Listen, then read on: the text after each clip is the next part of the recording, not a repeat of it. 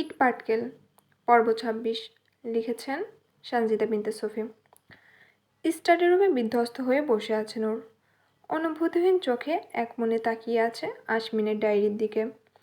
একটি মাত্র ডায়েরি জীবনের অনেক অসমাপ্ত গল্পের সমাপ্তি টেনে দিয়েছে।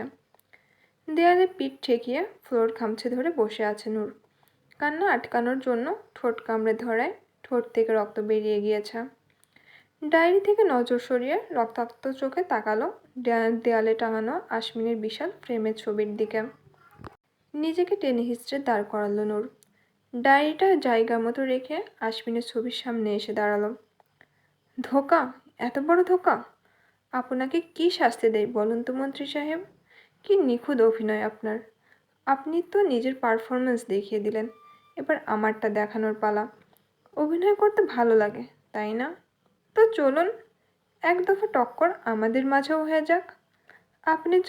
আপনার চালে যদি আপনাকে মাত না দিয়েছি, তো আমার নামও মেহজিব নূর শিকদার নয়। আশমিন আসার পর থেকে নূরকে একবারও দেখেনি।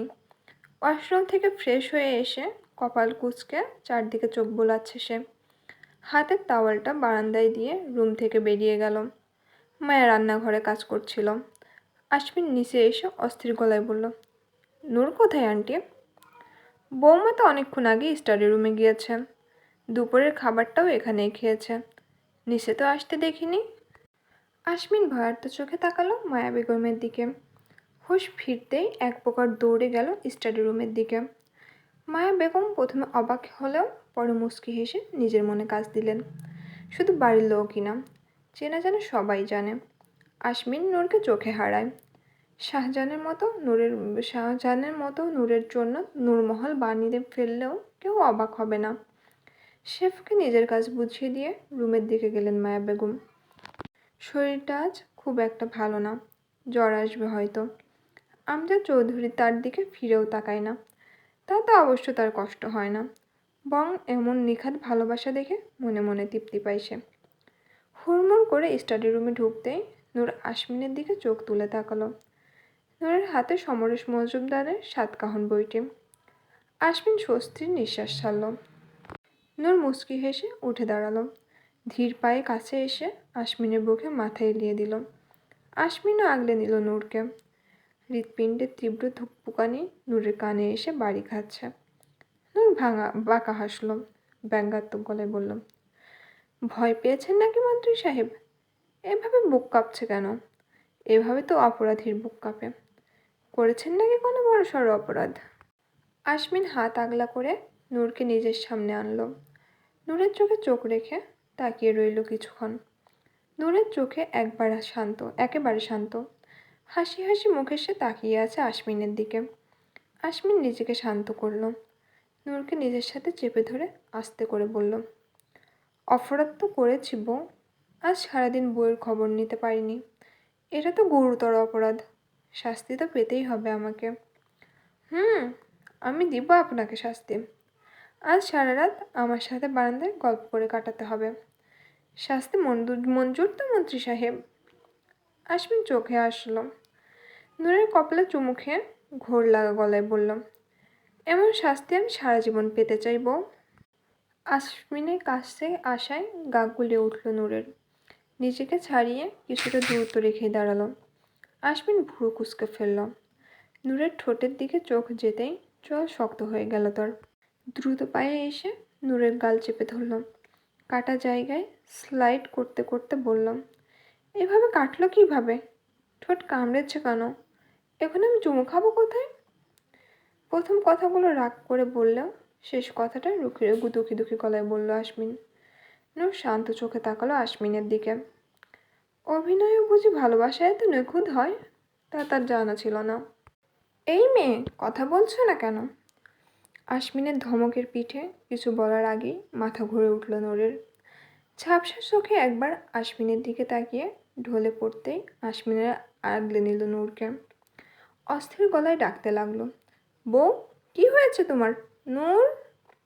নূরকে কোলে তুলে নিজের রুমের দিকে যেতে যেতেই চিৎকার করে সবাইকে ডাকলো আশমিন। বিছানায় শুইয়ে দিয়ে অস্থির হয়ে ফোন করলো ডক্টরকে। ততক্ষণে বাড়ির সবাই এসে পড়েছে। লুবানা গিয়ে নূরের হাত পা মালিশ করতে লাগলো। মায়া বেগম চোখে পানি ছিটিয়ে দিল, নূরের জ্ঞান ফিরল না। আশমিন পাগলের মতো নূরকে ডেকে যাচ্ছে বারবার। লুবানার ছোট ভাই মীর লিমন এক কোণে চুপচাপ দাঁড়িয়ে আছে। সে আশমিনকে ভয় পায়। এখন আশমিনের পাগলামি দেখে আরও ভয়ে ছিটকে গিয়েছে সে। আমজাদ চৌধুরী চিন্তিত গলায় বললেন, এভাবে বসে থেকো না, ওকে হসপিটালে নিয়ে যাও। আশমিন আর এক মুহূর্ত দেরি করল না। নূরকে কোলে তুলে রুম থেকে বেরোতেই সানভি হন্তদন্ত পায়ে প্রবেশ করলো ডক্টর নিয়ে। আশমিন আবার নূরকে নিয়ে শুইয়ে দিল বেডে। সবাইকে বেরিয়ে যেতে বলতেই আশমিনের ভয়ঙ্কর দৃষ্টিতে দমে গেল ডক্টর। সবাই বেরিয়ে গেল। আশমিন নূরের হাত ধরে তার পাশেই বসে রইল। ডক্টর চেক আপ করে মুচকি হেসে আশমিনের দিকে তাকিয়ে বলল, অভিনন্দন স্যার, শি ইজ প্রেগনেন্ট। অতিরিক্ত চিন্তার জন্য জ্ঞান হারিয়ে ফেলেছেন। এখন ওনার রেস্টের প্রয়োজন। আমি ইঞ্জেকশন দিয়ে দিচ্ছি। কাল সকালের আগে ঘুম ভাঙবে না। কাল হসপিটালে গিয়ে কিছু টেস্ট করিয়ে আনবেন, তাহলে ম্যামের কন্ডিশন দেখে ভালোভাবে বোঝা যাবে। ডাক্তারের দিকে ফ্যালফ্যাল করে তাকিয়ে আছে আশমিন। তার কানে শুধু একটাই কথা বাজছে, শি ইজ প্রেগনেন্ট। ডাক্তারের বাকি কথা তার কানে গেল কি না তা বোঝা গেল না। ঘাড় নেড়ে সম্মতি দিতেই ডাক্তার মুচকি হেসে বেরিয়ে গেল। আশমিন এক মনে তাকিয়ে আছে নূরের দিকে। নূরের চেহারায় ক্লান্তির ছাপ স্পষ্ট। আশমিনের হাতের মুঠোয় থাকা নূরের হাতটায় কয়েকটা নখ ভেঙে গিয়েছে। আশমিন হালকা ঝুঁকে জড়িয়ে ধরল নূরকে। উত্তেজনায় তার পুরো শরীর কাঁপছে। মনে হচ্ছে সেও জ্ঞান হারাবে। নিচে লুবানের চিৎকার শোনা যাচ্ছে। সানভির ধমকেও তাকে থামাতে পারছে না। এভাবে চিৎকার করছে কেন লুবানা? অসভ্যের মতো চিৎকার করা আমার বন্ধ করো। আমার এভাবে কিছুতেই পছন্দ হয় না। সি, কি গলা! মনে হচ্ছে ফাটা বাঁশের মধ্যে কেউ আটকা পড়ছে। লুবানা সমস্ত আনন্দ ভুলে ফুঁসে উঠল। কটমট করে তাকালো সানভির দিকে। ও হ্যালো মিস্টার, কবরস্থানের বাসিন্দা। আমার নাম লুবানা। লু বা না, নট শাবানা। আর আমার গলা মোটেও ইঁদুরের মতো নয়। আপনার কানে সমস্যা। লক্কর ঝক্কর যন্ত্রপাতি নিয়ে ঘুরে বেড়াতে লজ্জা করে না আপনার? তাজ্জব ব্যাপার। সানভি রাগি চোখে তাকিয়ে আছে লুবানার দিকে। মেয়ের সাহস দেখে অবাক হচ্ছে সে। আর এদিকে লিমন দুজনের ঝগড়া দেখে দেখছে আর হাই তুলছে। আমজাদ চৌধুরী আর মায়া বেগম নূরের রুমে গিয়েছে। না হলে ইজ্জত পানি পানি হয়ে যাবে এই মেয়ের জন্য। দেখো মেয়ে, বেশি বাড়াবাড়ি করবে না, না হলে ছাদে তুলে ধাক্কা দিয়ে নিচে ফেলে দিব। বেয়াদবির একটা আদব থাকা দরকার। আসছে ধাক্কা দিতে। বলি, হাড়গোড় সব ঠিক জায়গায় আছে তো? আগে চেক করে আসুন। দেখা গেল চোখ কানের মতো হাড্ডিও দুই একটা কবরে রেখে এসেছেন। লুবানা মুখ বাঁকিয়ে চলে গেল।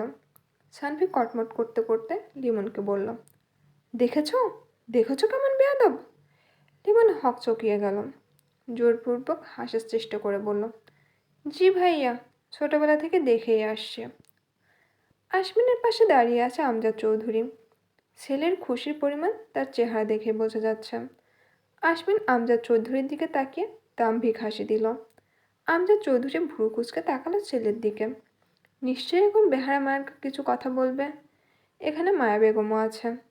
আমজাদ চৌধুরী আর লজ্জা করতে চাইলেন না। রুম থেকে বেরিয়ে যেতে নিতেই আশমিন তার কানে ফিসফিস করে বলল, একা যাচ্ছ কেন? তোমার বউকে নিয়ে যাও। একা গেলে সুখবর পাবো কীভাবে? ওষুধে তো কাজ করার কথা। খাচ্ছ তো ঠিকঠাক? মনের মধ্যে দুষ্ট আমজাদ চৌধুরী উকি দিয়ে গেছে এখনো। না, টিউবলাইট হয়ে যাওনি তো আবার? আমজাদ চৌধুরী মনে মনে কয়েক ঘা লাগালেন ছেলের গালে। এরকম একটা বজ্জাত ছেলে তারই কেন হতে হলো? দ্রুত পায়ে রুম ত্যাগ করলেন তিনি। বাকি ইজ্জতটুকু এই ছেলের হাত থেকে বাঁচিয়ে রাখতে হবে। নিজেকে মাঝে মাঝে অসহায় রমণী মনে হয়, আর আশমিনকে রাস্তার বখাটে মনে হয় তার।